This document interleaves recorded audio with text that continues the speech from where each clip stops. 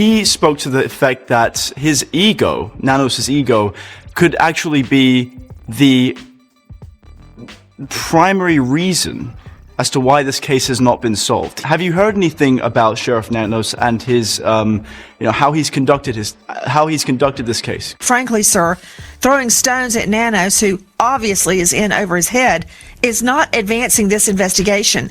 So to ask me to personally attack Nanos, he doesn't need me attacking him.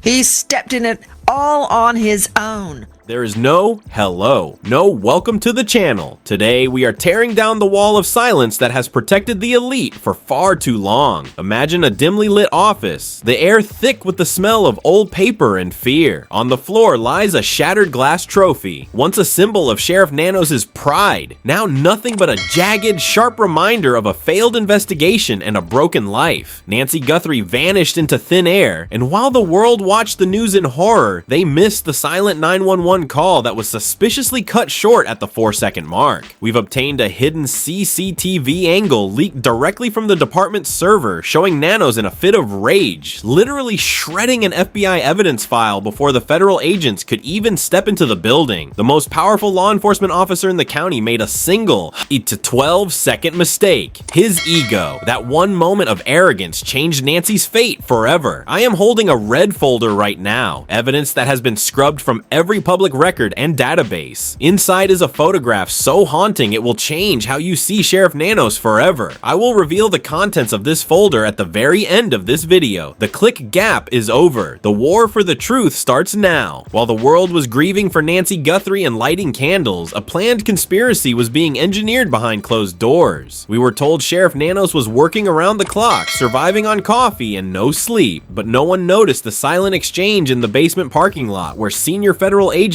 were physically blocked from the crime scene by Nanos' personal guard. Oh, let's look back at the old interviews through a liar's lens. When Nanos looks directly into the camera and says, "We are doing everything humanly possible," look at the micro tremors in his hands and that forced robotic smile. He wasn't in mourning, he was in absolute terror. He knew that if the FBI stepped in with their advanced forensic tech, his local kingdom would crumble. This wasn't a series of unfortunate missteps. This was a calculated chess game where Nancy Guthrie was just a pawn used to protect a much darker, much more expensive secret. It's 3 a.m. The smell of expensive heavy cologne lingers in the hallway of a cheap $40 a night roadside motel, the exact location of the first breach. This is where the polished image of the investigation finally cracked. We've intercepted a leaked text message from the sheriff's most trusted inner circle assistant that changed the entire narrative. Don't let the feds in. The case stays with us or we all go down. But here's the nuclear twist that no one saw coming. Nanos actually leaked that text himself. Why? Because it was a master distraction. He wanted the media to obsess over his arrogance and his small town ego so that no one would look for the other thing he buried deep in the woods that night. It's a double layer mystery designed to keep you looking left while the real crime happens on the right. You thought his ego was the problem? No, the ego was the smokescreen for the execution. As the motel leak hit the dark web, an industry-wide panic ignited like a wildfire. Oh, emergency boardroom meetings were called in the middle of the night at the highest levels of state government. Blacklisted stars and high-ranking officials began deleting their entire digital history, scrubbing mentions of Nanos from their protected lists. Social proof. Did you notice the sudden wave of gag orders?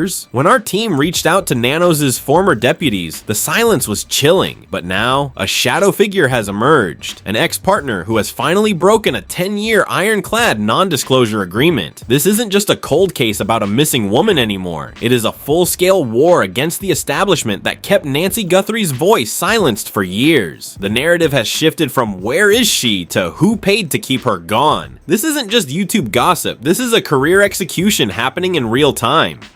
As I am recording this, a team of high-priced corporate lawyers is working frantically to file an emergency injunction to take this video down. By watching this right now, you are seeing something they have officially deemed forbidden knowledge. Reports are surfacing that Sheriff Nanos is currently suffering a complete mental breakdown, hiding in an undisclosed safe house as the FBI's tactical units finally close in on his properties. The stakes have never been higher. They want to bury this footage because it proves the career-ending sabotage that took place the very night Nancy Nancy vanished. They aren't afraid of the truth. They are afraid of the accountability. It is time to open the red folder. The anchor I promised you at the start. Inside this folder is a high-resolution, geotagged photo of Nancy Guthrie's final known location, a photo that Sheriff Nanos testified under oath never existed and was lost in a server crash. The image is terrifying. It proves Nancy didn't just wander off into the night. She was apprehended by 3 men in tactical gear, standing next to a vehicle registered to the department. But the rabbit hole goes even deeper than a corrupt sheriff. This final truth actually links back to a high-profile celebrity scandal from 2017. The same year, Nanos received a massive anonymous donation to his campaign fund. The cover-up isn't just about one missing person. It's about a criminal syndicate operating under the protection of a badge. The system wants you blind, deaf, and silent, but I am here to keep you protected from the cover-up.